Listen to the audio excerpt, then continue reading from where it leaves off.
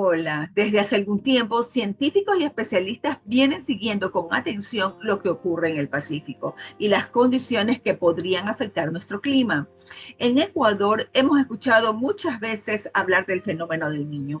Somos un país que conoce sus efectos, pero también es común escuchar, siempre dicen lo mismo y al final no pasa nada.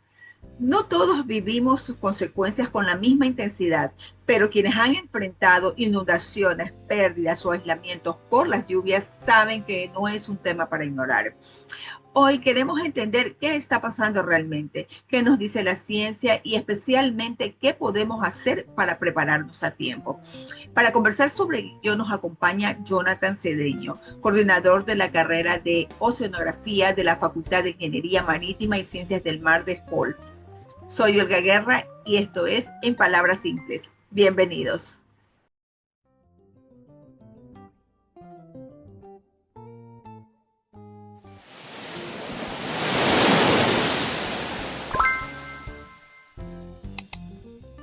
En Ecuador hemos escuchado hablar del fenómeno del niño durante generaciones. Sabemos que está relacionado con el océano, con las lluvias y con episodios que han dejado importantes consecuencias en el país. Sin embargo, muchas veces escuchamos términos como calentamiento del Pacífico, anomalías de temperaturas o cambios en la atmósfera sin comprender exactamente qué significa. Hoy queremos ir a una de esas fuentes para conversar cómo se está observando estas señales, que debemos entender lo que realmente es el niño, este fenómeno, cómo se identifica, qué está ocurriendo en el Pacífico y sobre todo qué información necesitamos conocer la ciudadanía para prepararnos sin alarmarnos, pero tampoco sin confiarnos. Bienvenido, Jonathan, ¿cómo está? Gracias por aceptar esta invitación. Hola, buenos días. Muchas gracias y mucho gusto pues de ser invitado a este espacio. Antes de entrar en el tema, cuéntenos un poco sobre usted. Ujú. ¿Quién es? ¿A qué se dedica actualmente? ¿Cuál es el trabajo que viene realizando en el seguimiento y estudio de estas condiciones? Soy Jonathan Cedeño Oviedo, soy coordinador de la carrera de Oceanografía en la Facultad de Marítima SPOL y también represento a la universidad en el Comité Nacional para el Estudio Regional del Fenómeno del Niño, es el ERFEN. Es el colectivo que está encargado de manera oficial de monitorizar, emitir informes para tomadores de decisiones y también emitir las alertas respectivas frente a los eventos El Niño Oscilación del Sur, que son la fase cálida, que es el niño como lo conocemos, y también la fase fría, que es la niña.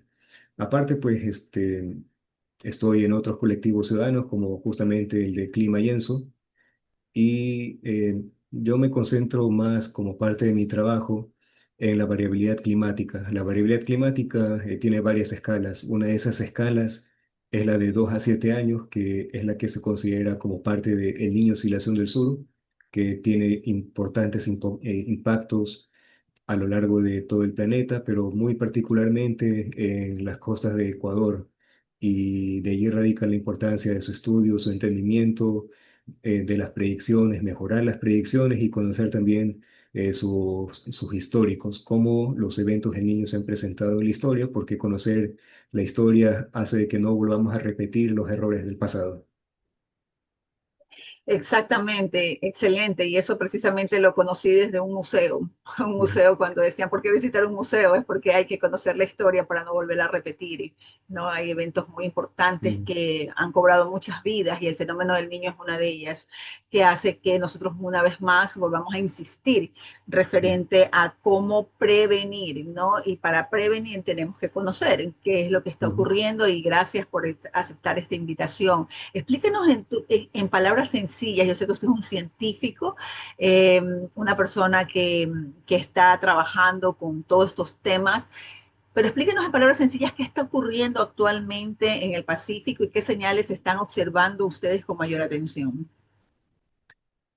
Desde finales de diciembre del año pasado hemos observado que en la parte oceánica el contenido de calor se ha ido aumentando. Esto es, digamos, la temperatura que hace no solamente en la superficie, sino también en la subsuperficie. Y este aumento progresivo del contenido de calor se fue poco a poco también manifestando en la superficie.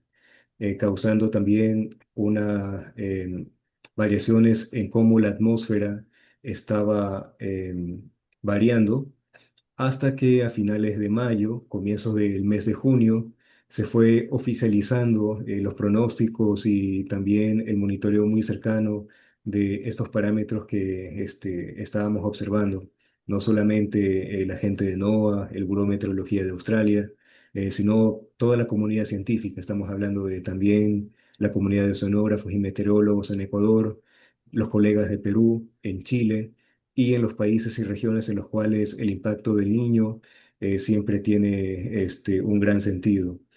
A finales de mayo y comienzos de junio, la Organización Meteorológica Mundial empezó a advertir de que las condiciones del niño estaban en marcha. Había un pronóstico probabilístico que daba por encima del 80% de probabilidad de ocurrencia de estas condiciones en el segundo semestre del año.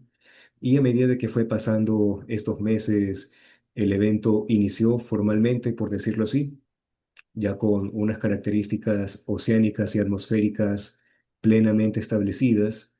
El pronóstico, lejos de variar en el sentido contrario, más bien se ha ido fortaleciendo para el niño. Estamos hablando de por encima del 97% de ocurrencia. Y lo que pasa es que el evento del niño tiene como una duración de entre 9 a 12 meses. Es, digamos, larga la ocurrencia de este evento. Se va cocinando un poco a fuego lento.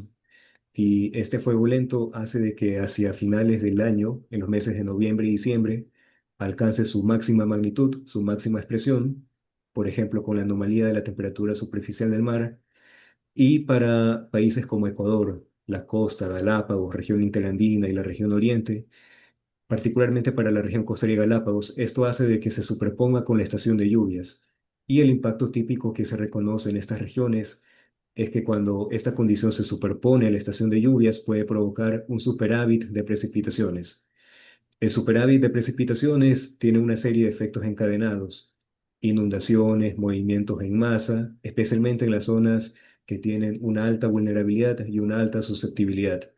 Y esto digamos, lo podemos observar con cada invierno que ocurre. En los últimos inviernos no fueron particularmente lluviosos, pero bastó, digamos, 20 días de lluvia para provocar efectos muy negativos, como fue en el febrero del 2026 y comienzos de marzo de este año con Babahoyo. Entonces, no lejos de estos impactos, cabe prepararse, y ese es el mensaje que desde la Organización Meteorológica Mundial se ha emitido a comienzos de junio. Los tomadores de decisión en Ecuador están plenamente en conocimiento de esta amenaza. Hace 3 semanas elevaron la advertencia en la Secretaría de Riesgos con alerta naranja, que fue también en base a la información regional y local provista por el Comité ERFEN. Y lo que implica esta alerta naranja es que el evento es casi inminente y las acciones para preparación urgen ser acometidas. Jonathan, para un poco, al menos yo, empezar a entender, el niño está en este momento en un proceso de gestación, digamos Mm, así. sí, sí se puede Eh, decir. eh, Se podría decir, como para Mm, aterrizar en mi cabeza las palabras científicas suyas, está en sí. un periodo de gestación, nace en noviembre, Digamos que las primeras señales en el Pacífico Central Occidental ocurrieron a finales de diciembre de diciembre del año pasado. del año pasado. O sea, cuando usted habla de la ocurrencia, ¿de qué Ujú. estamos hablando? De, por ejemplo, en el Pacífico Occidental, esto es cercano a las islas de Papúa Nueva Guinea e Indonesia, Uh -huh. cambió el viento y provocó de que el agua superficial sea más cálida. Esta señal no solamente viaja en la superficie, sino de hecho en la subsuperficie. Hay una área que es conocida como la termoclina, que es un límite entre las capas superficiales cálidas y la agua subsuperficial fría. Así que esto puede verse como una soga.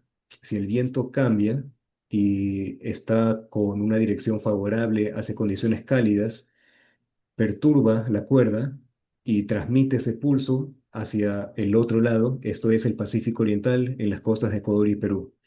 Ese pulso hace de que la termoclina por todo este camino se profundice, aumentando el calor y en última instancia aumentando la temperatura superficial del mar. Con la temperatura superficial del mar cambiada, hay más chance de que el viento se vea también perturbado. Y es como un ciclo que se retroalimenta, ¿no? Es como un monstruo que se va retroalimentando, por decirlo así, y no con una connotación Mm, negativa. Entonces, claro, hay mayor temperatura, el viento se perturba, causa mayor calidez, y eso es lo que estamos actualmente. El Niño en tiene esa parte. tres fases bien definidas o bien identificadas. La fase de inicio, la fase de madurez y la fase de decaimiento. En la fase de inicio está aproximadamente entre los meses de mayo hasta julio. Y allí poco a poco la atmósfera va sintiendo estas condiciones más cálidas en el océano y también va cambiando. La ocurrencia de estos vientos favorables a una condición más cálida se hacen más frecuentes y más consistentes en el tiempo, hasta que alcanza la fase de madurez hace los meses de noviembre y diciembre, que es cuando típicamente hace la mayor temperatura en el Pacífico tropical.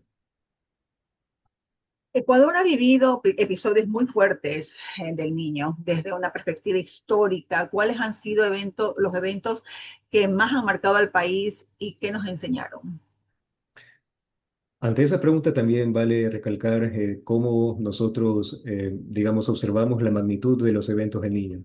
Un evento del niño puede ser débil, moderado, fuerte y muy fuerte, dependiendo de la temperatura superficial del mar que cruza unos umbrales que son hasta, a ver, mayor a 0,5 si es débil, mayor a 1 si es moderado, mayor a 1,5 si es fuerte y muy fuerte si es mayor o igual a 2 grados.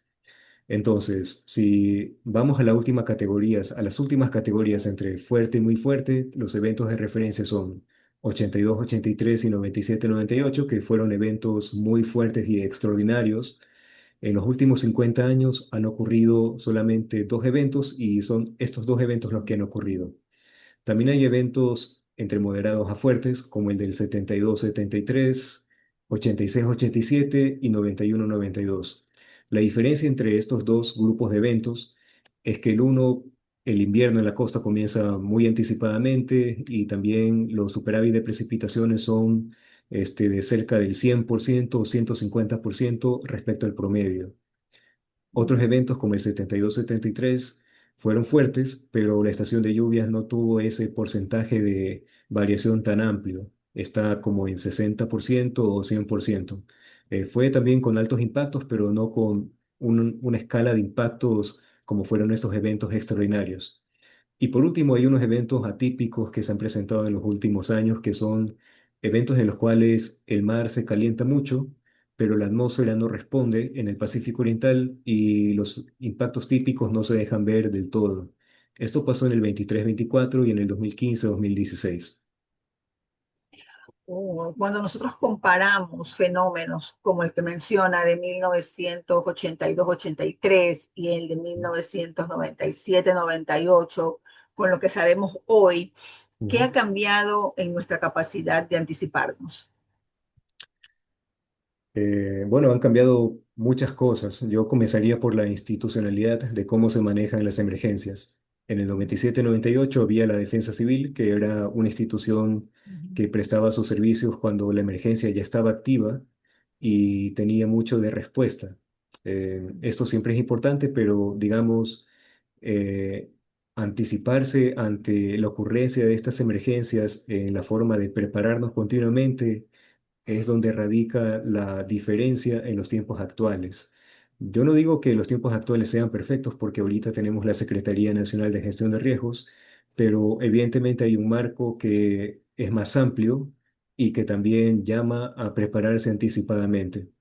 Los componentes del manejo del riesgos y los cuales también está organizada la Secretaría Nacional de Gestión de Riesgos es el estudio de la amenaza, el continuo monitoreo, la respuesta y también la construcción social. La construcción social tiene que ver con las diferentes campañas que se hacen en la población para primero conocer cuál es la amenaza recurrente y también siempre estar preparados con campañas de difusión, también con la ejecución de simulacros, como los simulacros de terremotos y tsunamis, que son una de las amenazas naturales, pero no la única, entre otros. También en el tiempo han habido la construcción de algunas obras de mitigación que en algunas áreas han hecho de que el riesgo de inundaciones sea minorado. Estamos hablando de los sistemas de control de inundaciones como el del Bulu Bulu, el del río Chone, el del río Babahoyo, pero estos sistemas requieren un continuo mantenimiento. Y esa es la clave también en cada a lo largo de que pasa el tiempo, ¿no? Si el sistema está correctamente mantenido y se ha dimensionado en los últimos tiempos, pues cumplirá su función y si no, no. Babahoyo es un caso, digamos, paradigmático de este punto, porque ellos construyeron un buen elemento de prevención para mitigar el riesgo de inundaciones en la ciudad y de hecho este sistema salvó a Babahoyo de las inundaciones en 97-98. Esto quizás no es muy conocido. También se habla mucho de que las obras de mitigación evidentemente son una de las claves para el tema de prevención, pero cuando funcionan bien hay poca, digamos, difusión de estos resultados. No, Difusión, no es muy claro. claro, claro. El sistema obra, pues y no hay inundaciones, no hay nada que comentar en la televisión o en la prensa. Pero en cambio hay Ujú. mucho que comentar en la televisión y la prensa cuando en cambio tenemos las inundaciones, tenemos los damnificados y tenemos los fallecidos. Y los fallecidos, sí, es Esto una no pena. pasó, digamos, Sí. eso justamente pasó el año pasado en febrero o marzo, cuando una inundación con lluvias que ocurrieron en un lapso de tiempo pequeño justamente pasaron en la parte alta de los afluentes del río Baboyo, el sistema Ujú. se vio, digamos, desbordado y ocurrieron inundaciones en una ciudad que típicamente no se inundaba, por ejemplo. Por ejemplo, en ese caso que menciona, y como para poder darle la relevancia de ese trabajo que hizo Babahoyo, cuéntenos dentro de lo que ellos han tenido por hacer, que pudiera replicarse en otros sitios que pueden estar también en una situación en el mismo nivel de riesgo. Bueno, Chone también tiene un sistema de control de inundaciones en la parte alta de la cuenca de sus ríos, pero es un sistema que nació incompleto. Hay algunas obras que actualmente entiendo la alcaldía de Chone está llevando a cabo como derivaciones o bypass, justamente para cuando haya una inundación con lluvias fuertes, el caudal que sobrepase, digamos, la cota de diseño del río o de las obras de encauce del río, cuando se vean superadas, se deriven para estos canales. Esta es una forma también de complementar y proteger a la población y que Chone lo está haciendo actualmente. Ok, Guayaquil siempre es uno de los sitios que una lluvia fuerte se junta con una subida de la marea y Ujú. tenemos también colapso, ¿no? ¿Qué pasa en esos casos? ¿Se han trabajado para mitigar un tanto también ese tipo de aspectos? Me imagino que al venir un fenómeno del niño, al tener pudieran tener esas mismas consecuencias de las que ya se habla todo el tiempo, ¿no? Ujú. Guayaquil ha tenido algunas experiencias para mitigar este tipo de situaciones. Hace 5 o 10 años construyeron un sistema de bombeo en las orquídeas para justamente evacuar de manera rápida los altos volúmenes de los canales por los cuales pasan aguas lluvias en algunos colectores de esta área. Esto ha funcionado relativamente bien. También han instalado válvulas de doble salida o con control de doble salida en Urdesa, justamente para mitigar las inundaciones que ocurren en esta urbanización frecuentemente. Y también han señalizado algunas áreas en las cuales típicamente se inundan con condiciones de lluvia en invierno. Ciertamente señalizar estas áreas, digamos, no es la gran obra y faltarían, yo creo, este, estudios y un plan real para controlar y manejar adecuadamente las inundaciones en Guayaquil, pero digamos que es un camino. Me preocupa el hecho de que con cada invierno en Guayaquil siempre hablemos de lo mismo, ¿no? Y esto Mm. parte justamente cuando la ciudad se inunda, pero no cuando la ciudad está en los preparativos de un evento que podría presentarse con altas inundaciones como el Niño 26-27. Ocurren las lluvias, la ciudad se inunda por varios días, hay los periodicazos, hay los reportajes de prensa, llaman a los expertos comentan las posibles soluciones y esto dura lo que el invierno dura. Se acaba el Claro, invierno en abril y la ciudad se olvidó. Ahora yo pienso que es mucho más complejo por la actual realidad política del cabildo de la ciudad, claro. pero yo esperaría de que la administración siguiente tome este reto de manera seria y converse con aquellas sociedades, universidades, profesionales que puedan presentar soluciones que puedan acompañar a Guayaquil para mejorar este tipo de resiliencia ante las eventualidades, que sí las hay. Por ejemplo, SPOL propuso de que se creen áreas de inundación controlada mediante la creación de parques o áreas verdes o asfalto permeable, que lo que hace es aumentar la permeabilidad de las aguas lluvia al suelo, que ahorita pues hay poca permeabilidad debido a que hay vías de asfalto, los parques son con mucho concreto y así, ¿no? Y es una, Claro. digamos, es una solución que ya se ha llevado a cabo en algunas partes del mundo y que promete. Y lo otro es obras que continuamente o acciones que siempre deben de darse, ¿no? Como por ejemplo conservar las zonas de humedales y manglares alrededor de Guayaquil.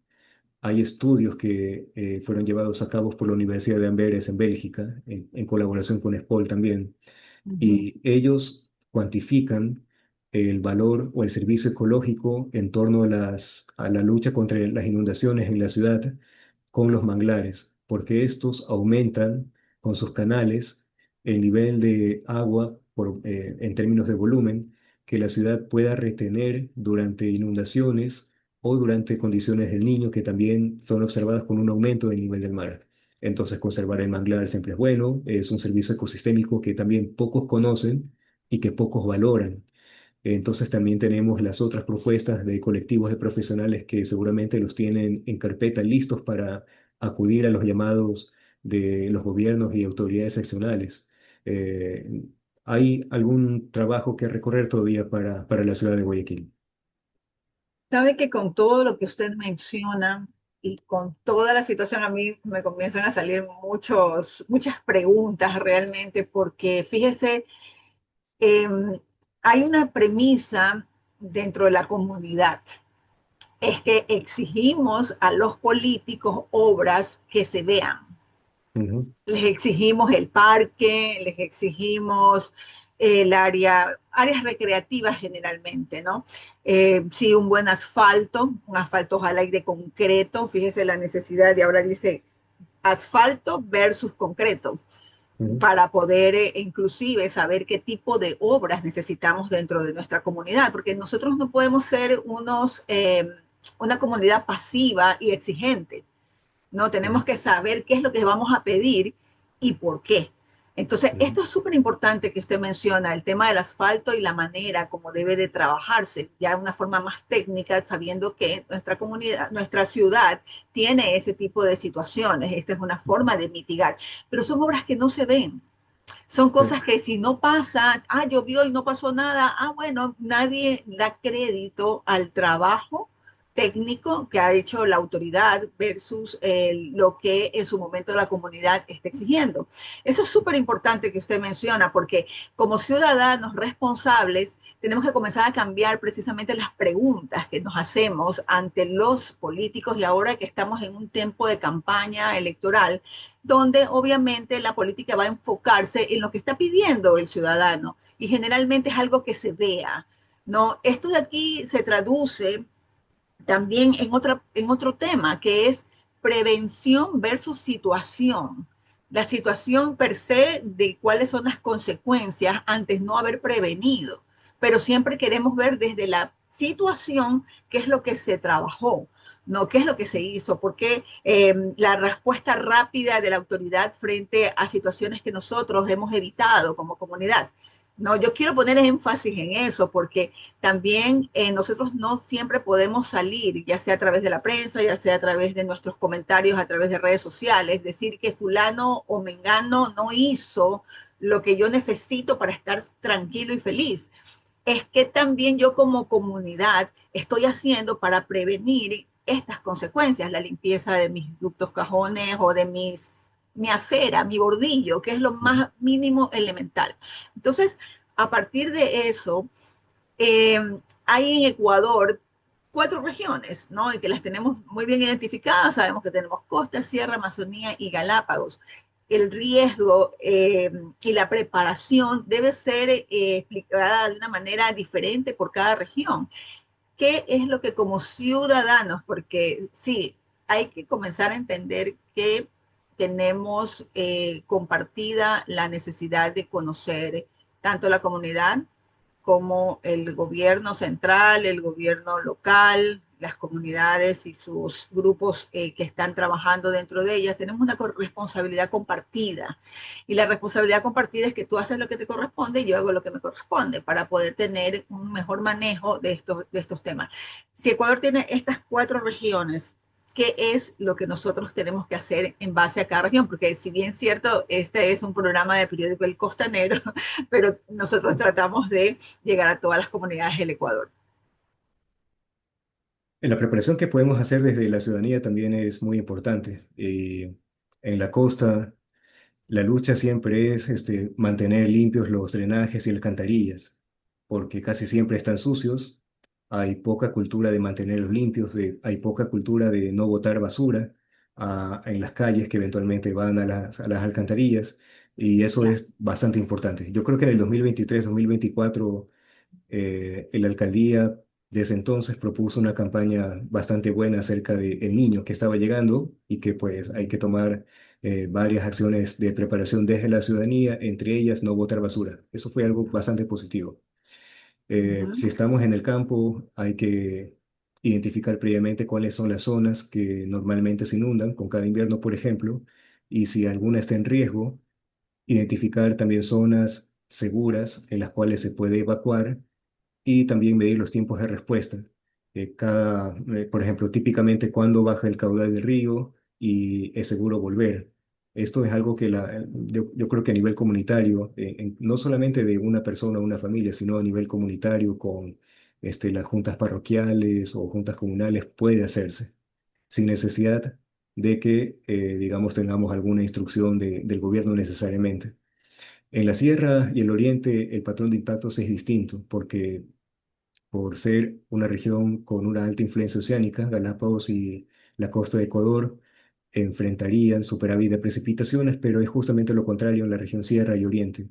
Hay déficit de precipitaciones o lluvias variables que pueden tener distintos impactos, como por ejemplo em, disminución de los caudales de los ríos, y esto también tiene a su vez el efecto encadenado de poner en riesgo cultivos, toma de agua para consumo humano, y algo que también sobresalió en el 23-24, pese a que fue un evento típico, es la reducción en la generación de electricidad por parte de las hidroeléctricas. Hay poco caudal en los ríos, ese punto. así que las plantas eléctricas no pueden generar la suficiente electricidad que el país Ujú, requiere por los bajos caudales. Para ujú. la sierra, yo pienso de que es una ventaja de que hay una organización comunitaria mucho más activa y organizada que en otras regiones del país. Y siempre es bueno identificar fuentes de agua potable seguras o también crear mecanismos de aseguramiento de la provisión de agua potable mediante tanqueros u otros elementos. Eh, También pensar en algunos cultivos que puedan ser resistentes a déficit de precipitaciones o de agua. Y en el sector hidroeléctrico, pues contar con un mantenimiento expedito de las otras fuentes o los otros sistemas de generación de electricidad, como las plantas térmicas o las plantas de gas. También prever, pues, primero, el estiaje siempre ocurre, pero con una condición del niño es probable de que este estiaje pueda ser más profundo, y esto también llama a que pueden existir mecanismos alternativos para la provisión de energía mediante la contratación de barcazas o plantas termoeléctricas adicionales, o también la importación de electricidad desde otros países. Esto se Claro. convierte en algo ya, digamos, tangible para Ecuador y Colombia. Ya se restableció, por suerte, la conexión con Colombia, y es una medida también paliativa que ya Ecuador tomó como decisión. Sí, bueno, sí. yo creo que a nivel gubernamental tienen clarísimo de que viene un invierno fuerte o un fenómeno de niño, porque Ujú. incluso cambiaron el tema de las elecciones y eso pues yo creo que Sí. debería de como comunidad, de como Ecuador, como deberíamos tener ya de por sí una, más allá de la crítica, que es a lo que evocan pues los grupos contrarios, etcétera, Ujú. es como ciudadanos, no debemos dejarnos influir por eso, sino decir, bueno, si están habiendo esos cambios, ¿a qué realmente nos estamos enfrentando? Y aquí voy a hablar como surfista, ¿no? ¿Vamos a Ujú. surfear la ola o nos vamos a dejar revolcar por ella? Porque no queremos entender que hay situaciones que tenemos que trabajar, ¿no? Entonces, ¿cuánto tiempo antes puede la ciencia advertir? Ya usted lo ha dicho, ya está casi advertido. De hecho, hay personas que dicen que ya el niño está Ujú. en los sectores en los que va a converger. Pero, ¿en qué momento debe comenzar esa prevención? Porque estamos sacando nosotros unos pequeños cómics para un poco recrear la situación. Las personas siempre dicen, pero no está lloviendo, pero el clima está igual que siempre. O a lo mejor ven que de pronto sí hay una situación de temperaturas que son extrañas, pero como que no le ven mucho la condición cambiante. Eh, ¿Qué es lo que todavía estamos esperando como comunidad frente a esta situación que, aunque todavía existe como incertidumbre, qué es lo que ya las personas debemos comenzar a mirar para, en concreto, en comenzar a prepararnos? Estamos hoy día en el mes de agosto, estamos grabando este el 8 de agosto. ¿Cuánto tiempo tenemos para poder hacer esa prevención efectiva? Las condiciones del niño ya están presentes. Esto, digamos, es una realidad. Ya es una realidad. Claro, Ecuador, la costa y Galápagos dirá, bueno, el niño casi siempre son precipitaciones y ahorita no hay precipitaciones, por lo tanto no hay evento el niño. Pero la Uh -huh, cuestión es que ahorita estamos en la parte estacional de la estación seca, donde típicamente no ocurren las precipitaciones, pero ya se observan cambios. El más claro es en la parte oceánica. En la parte oceánica, uno de los impactos es que se reduce la productividad debido a que hay presencia de aguas cálidas y las aguas frías están muy profundas. Y esto altera pues toda la cadena trófica y la cadena trófica con los elementos superiores de la pesca, ya los okay. peces pelágicos pequeños como pues macarela u otros peces pequeños ya no Uh -huh, aparecen o se han desplazado hacia aguas más temperadas. Y también vemos el arribo de otras especies como el dorado.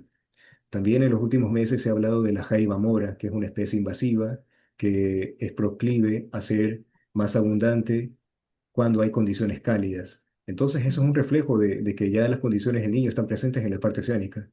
En la parte atmosférica no ha llovido por la estación, pero uh en -huh, cambio hay un aumento de la temperatura del aire que es perceptible, inclusive tanto en la tarde como en la noche. En la tarde, hay varias advertencias del INAMI sobre el incremento de la temperatura diurna y en la noche no refresca lo que refresca en un mes de agosto típicamente, donde claro, uno en la costa saca la manta y se cubre para dormir. Esto no claro. sucede en los días actuales. Si le ponemos un número, las anomalías de temperatura del aire mínimas están por sobre 2 a 3 grados Celsius en este momento. Wow. Y la preparación, yo pienso que debe ser constante, no porque viene el niño, debemos de pensar en comenzar a prepararnos, sino más bien quizás profundizar aquella cultura de prevención que tenemos. ¿Qué deberían estar revisando si ya no lo están haciendo? Ujú. Coméntenos un poco qué es lo que está pasando, pero desde ahora los municipios, ¿qué están revisando? Drenajes, quebradas, laderas, zonas inundables, vías. ¿Dónde considera que debería estar la prioridad? Eh, en muchas zonas en las cuales hay alta susceptibilidad de inundaciones, tanto los municipios como las prefecturas están comenzando a hacer desasolve y también reconformación de muros y diques. Esto, Ujú. yo creo que la prefectura tiene plena responsabilidad para hacerlo, y de hecho ya lo está haciendo especialmente la provincia del Guayas, que cuenta con un plan de 60 millones de dólares para esto. Em, Aquí pasa de que no todos los municipios o prefecturas tienen capacidad técnica para hacer este tipo de obras preventivas emergentes. Algunos pueden estar un poco más atrasados que otros, pero yo pienso de que siempre los ejemplos deben de emularse positivamente y Guayas lo está, digamos, está llevando la bandera respecto a esto desde mi perspectiva. Ujú. Si es que no lo están haciendo de esa forma, basta con mirar atrás y ver qué nos ha dejado el invierno pasado y comenzar por allí. Yo Claro. leía, por ejemplo, en un diario digital de estos planes de contingencia que está pidiendo la Secretaría de Riesgos y alguien pues con mucho sentido, un administrador municipal de Cotopaxi decía, yo no sé por qué me piden los planes de contingencia en la Secretaría de Riesgos si es que ni siquiera ellos se han personado para apoyar las obras de reconstrucción de un aluvión que hubo en la región de La Maná en febrero o marzo de este año, no siquiera del año pasado, de este año. Y entonces, pues, este, hay que comenzar, yo pienso por ahí, ¿no? Con mucha lógica. ¿Qué nos ha pasado en el invierno pasado? ¿Cuáles son las obras que pueden acometerse o las que no se han reconstruido para aminorar el riesgo? También otras inundaciones y aludes muy impactantes fueron en Balao, inundaciones en Milagro y de igual forma en Babahoyo. Qué milagro. Claro. Babahoyo, en cada invierno se inunda el acceso a la ciudad por el sur, el carretero Juján-Babahoyo. Sí. Sobre ese particular es algo también bastante complejo, ¿no? Porque inclusive había una disputa legal que tardó varios años en aclararse. El bypass ya se está construyendo, pero muy probablemente no va a estar listo para este invierno. Pero sin embargo, pues ya queda los inicios de la obra que se está El realizando inicio. justamente para Claro. que el transporte de pasajeros y mercancías no se vea interrumpido por inundaciones que generalmente ocurren en ese trayecto por el desborde de los ríos.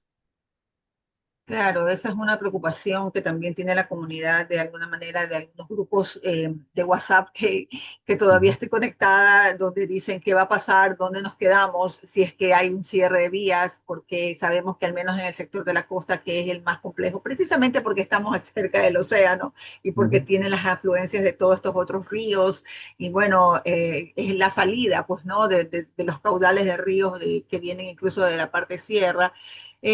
Dicen, ¿dónde nos quedamos? Va a pasar lo mismo porque acuérdese que la Camarona era uno de los sitios que siempre tenía el conflicto, ¿no? Ese creo que ujú, lo recordamos casi todos, al menos de esta generación, de que ujú, había, en cuanto generacionalmente y el conocimiento que había, porque ya técnicamente ustedes pues conocen, son más jóvenes de pronto y tienen una información más histórica, ujú. pero pasaba eso. ¿A dónde me quedo? ¿Me quedo en la costa? ¿Me voy a Guayaquil? ¿Y para qué? Para saber si es que, en general, las personas cuando ven que el agua del mar está calientita, dicen estar Ujú, bueno para ir a la playa. sí. Es realmente en este momento, sin alarmar, porque tampoco queremos afectar los temas turísticos, pero es importante el que nosotros seamos cautos y no tener que estar dirigiéndonos a una zona que pudiera tener alto riesgo en un momento determinado. Este, sí, yo pienso de que es por eso el valor de identificar zonas seguras previamente a la ocurrencia de este tipo de impactos.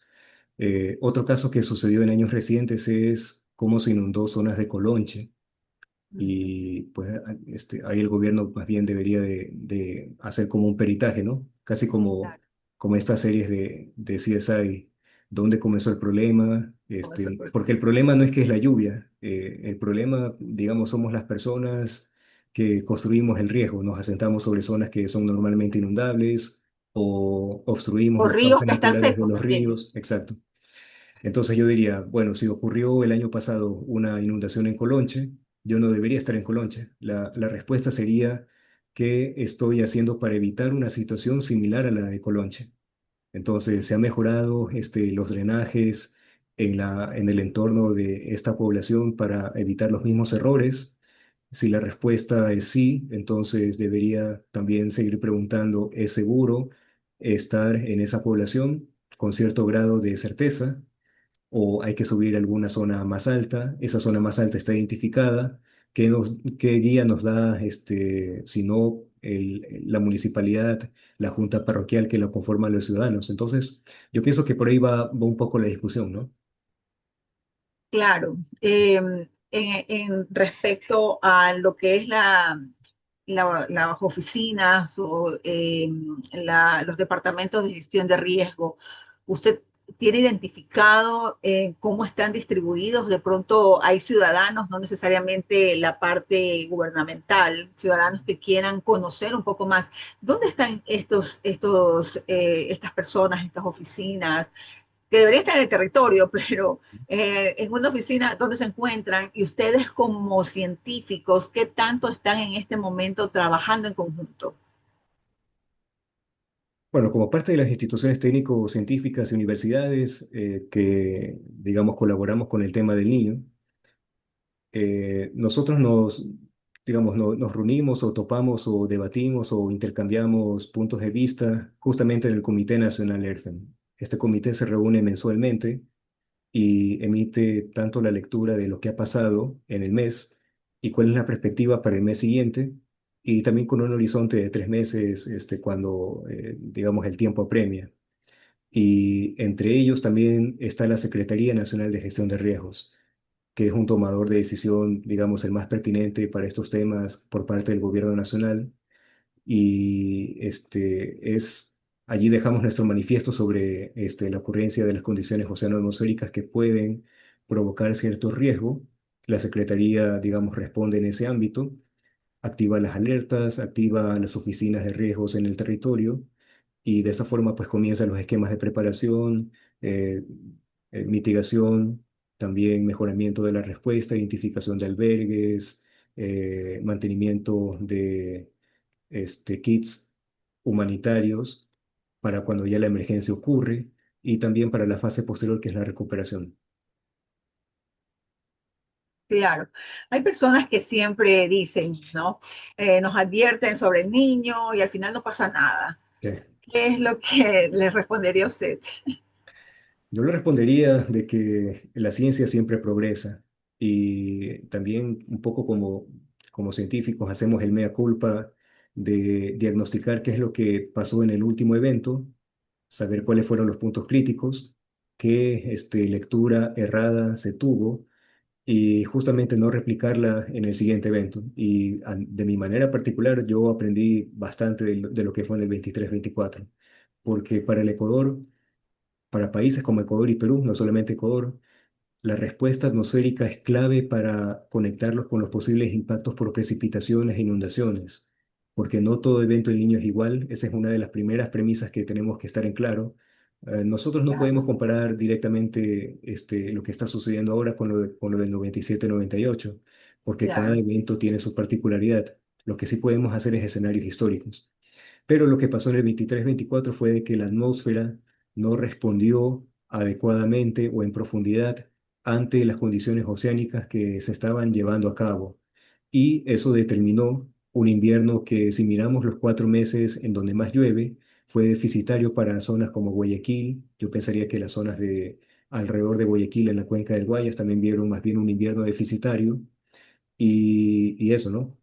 ¿Qué es lo que estamos claro. haciendo en este momento? Nosotros estamos observando indicadores atmosféricos como la radiación de onda larga, que da una mejor respuesta de las condiciones atmosféricas en el Pacífico tropical.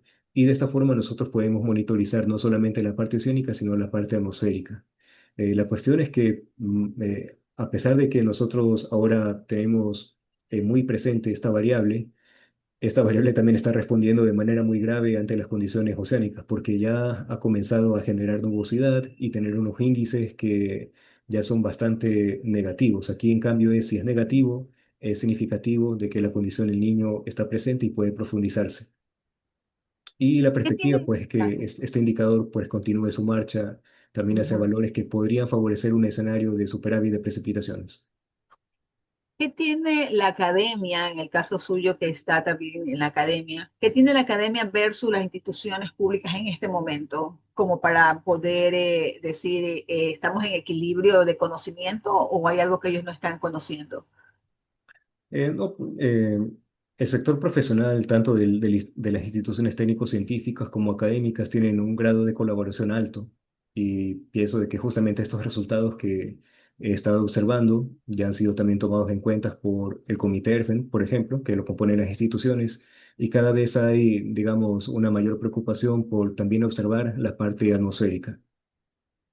Y también, bueno, lo otro es que es responsabilidad de los institutos técnicos científicos hacer un monitoreo continuo de todas las variables, ¿no? Eso lo mantienen las instituciones técnicos científicas de una muy buena forma, con la red de estaciones meteorológicas que tiene el INAMI, por ejemplo, lo propio con las estaciones oceanográficas que tiene el Instituto Oceanográfico, la ejecución de cruceros oceanográficos y también la lectura de informes complementarios regionales u observaciones regionales también del sistema oceano-atmosférico.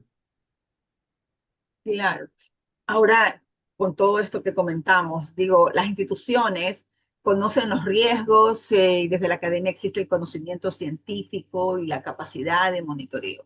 Sin embargo, pareciera que todavía tenemos una dificultad, es lograr que esa información llegue a la comunidad en un lenguaje que pueda comprenderse y ser utilizado. ¿Dónde cree usted que está rompiéndose esa cadena? Ujú. Eh, es una muy buena pregunta. Y podríamos revisar cuáles son los casos de éxitos en esta materia, que Ujú, pienso han sido la difusión de lo que han sido los temas volcánicos y de tsunamis, hasta cierto punto el de tsunamis, ¿no? ujú, En la costa es un poco más difuso quizás hacer estas campañas de difusiones, pero creo que con un esfuerzo decidido es posible hacerlo.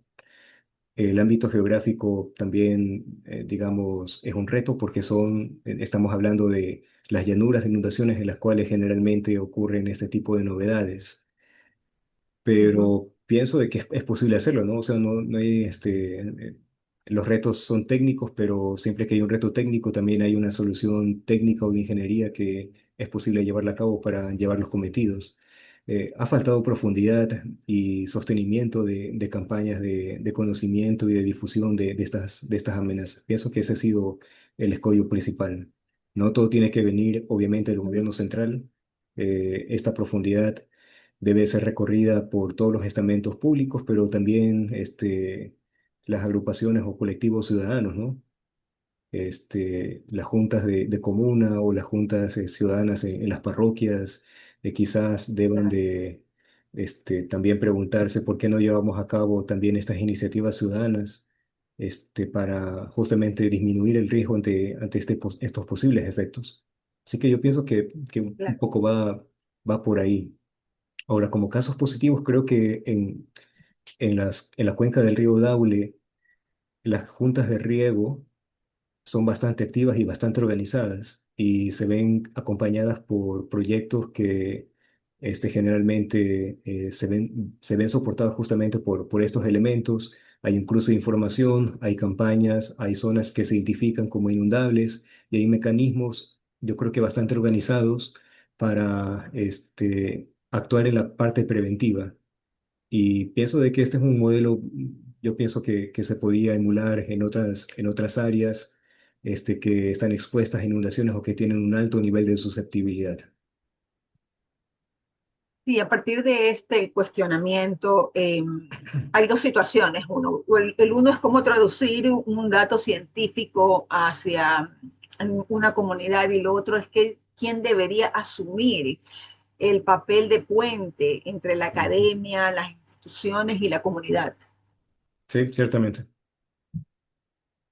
¿Quiénes deberían? Eh, Hay bueno, como por que está responsabilidad, faltando claro, algo. por responsabilidad, digamos, o por defecto, la responsabilidad debería ser de algún estamento gubernamental, ¿no? Pero las acciones ciudadanas son siempre las que se mantienen en el tiempo y yo pensaría de que es compartido el tema, ¿no? Obviamente Claro. 60%, 70% gubernamental y el otro debe también acompañarse por acción ciudadana.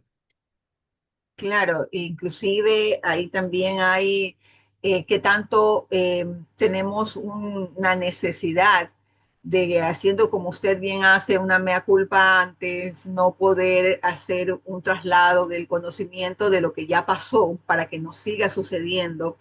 Eh, Qué tan importante ya entonces aquí sí juega un papel también preponderante los medios de comunicación, ¿no? Ujú.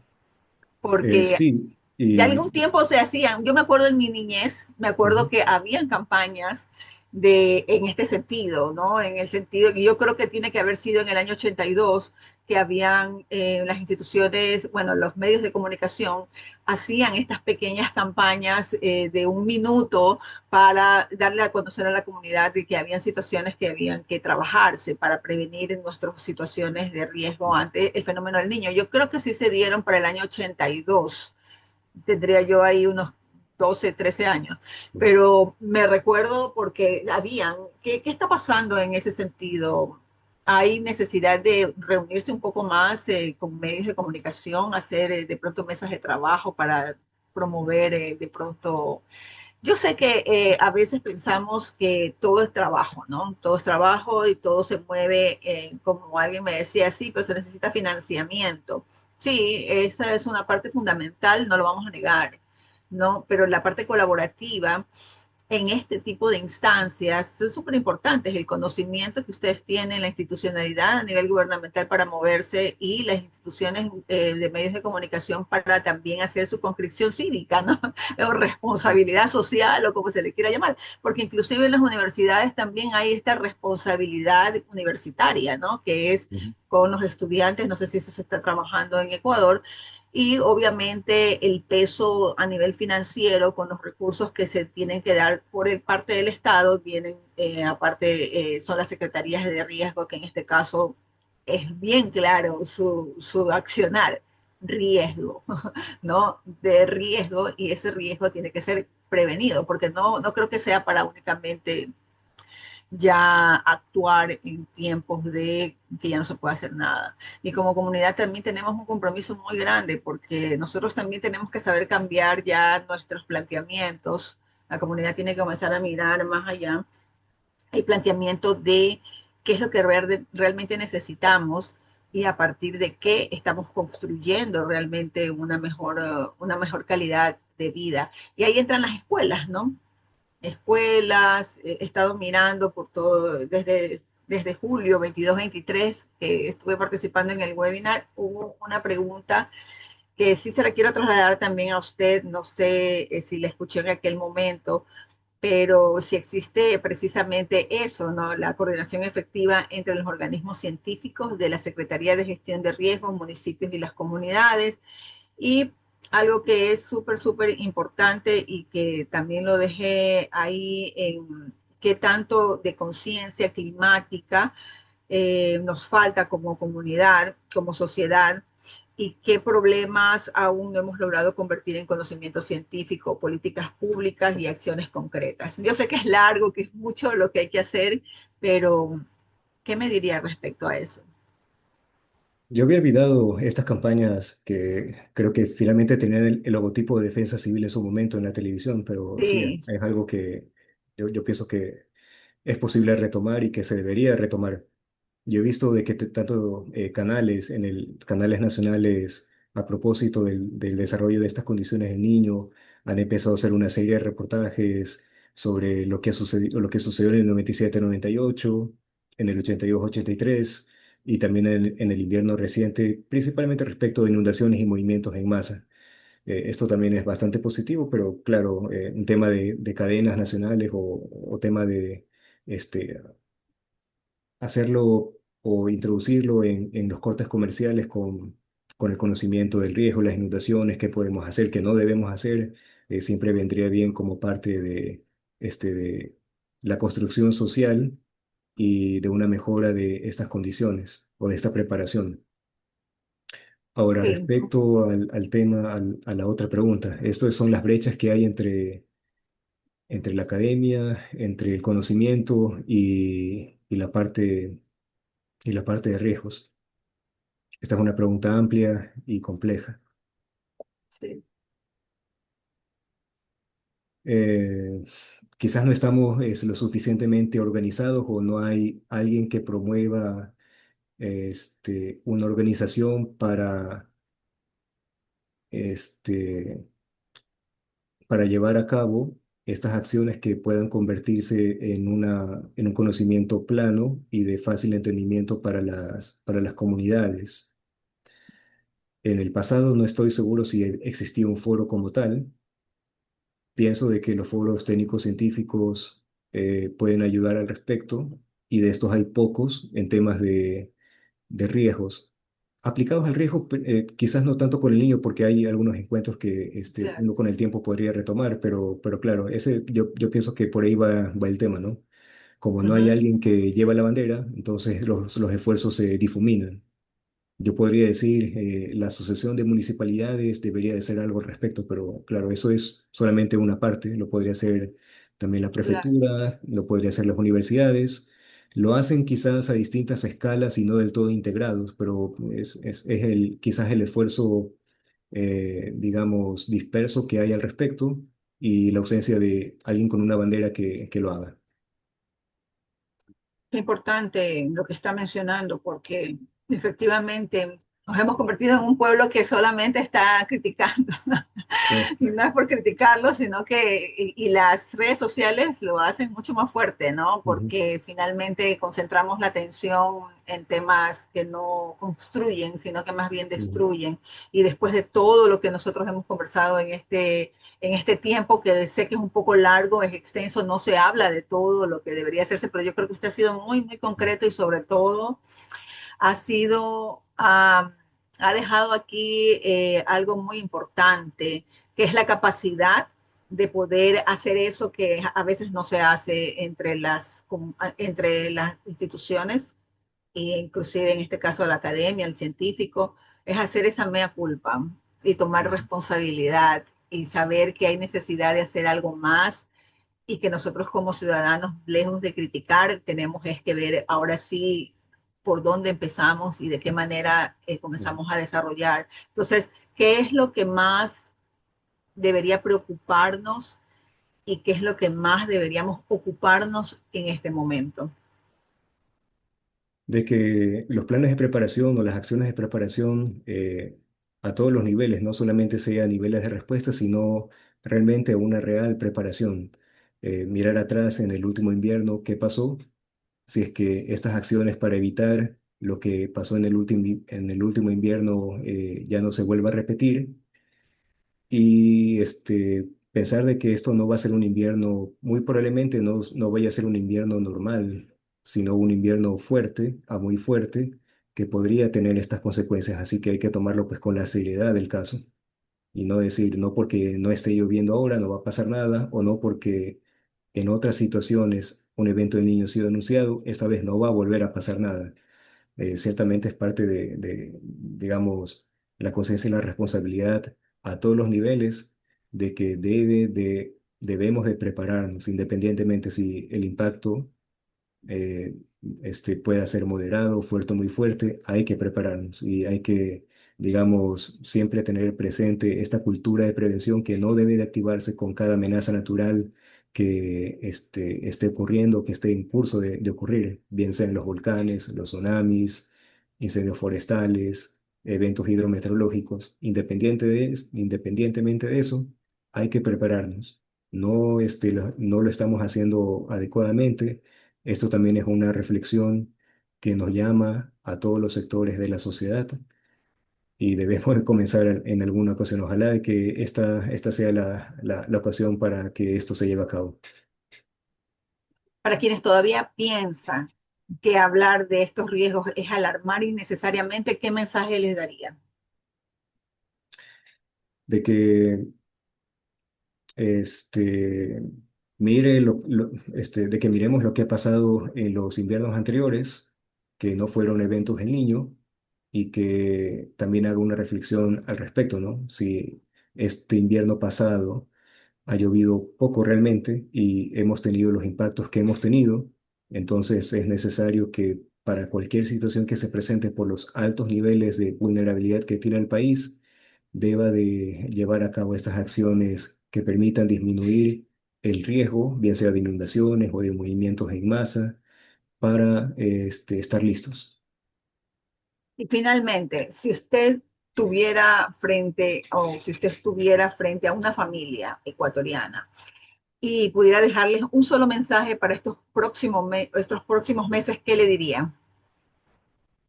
¿De qué forma te has preparado ante la llegada de un posible evento de niño? ¿Has reparado los techos? ¿Has limpiado las alcantarillas? ¿Has organizado comunitariamente a las familias de tu sector para saber cuáles son los posibles puntos críticos ante la ocurrencia de inundaciones? ¿Están los drenajes y las alcantarillas limpios? ¿Has dejado de botar basura como parte de una cultura preventiva? Yo creo que esas por ahí serían las preguntas. Excelente, muchísimas Ujú. gracias por acompañarnos en esta conversación en palabras simples. Más simples no podemos ser, más directos no podemos ser. Sobre todo, gracias por ayudarnos a comprender un tema que muchas veces llega a la ciudadanía cargado de términos técnicos y la ciencia nos permite observar realmente, anticipar escenarios, pero esta información adquiere un verdadero valor porque podemos entenderla y convertirla en prevención. Hay algo Ujú. que he estado repitiendo en estos días: el clima no lo controlamos, el riesgo sí, y podemos reducirlo. Y desde la Escuela de Ciudadanía queremos contribuir precisamente a ese puente desde el conocimiento y la comunidad, que no se trata de generar alarma, sino de informarnos, conocer sobre nuestros riesgos y prepararnos a tiempo. Jonathan, muchísimas gracias una vez más por participar en este programa. No, muchas gracias también por el espacio y para mí pues ha sido más bien un tiempo de profunda reflexión de algunas preguntas que han sido bastante críticas. Yo creo que también voy con cierto bagaje en la mochila para conversar con los colegas y provocar cambios que pienso que también son positivos siempre. Muchas gracias. Muchas gracias.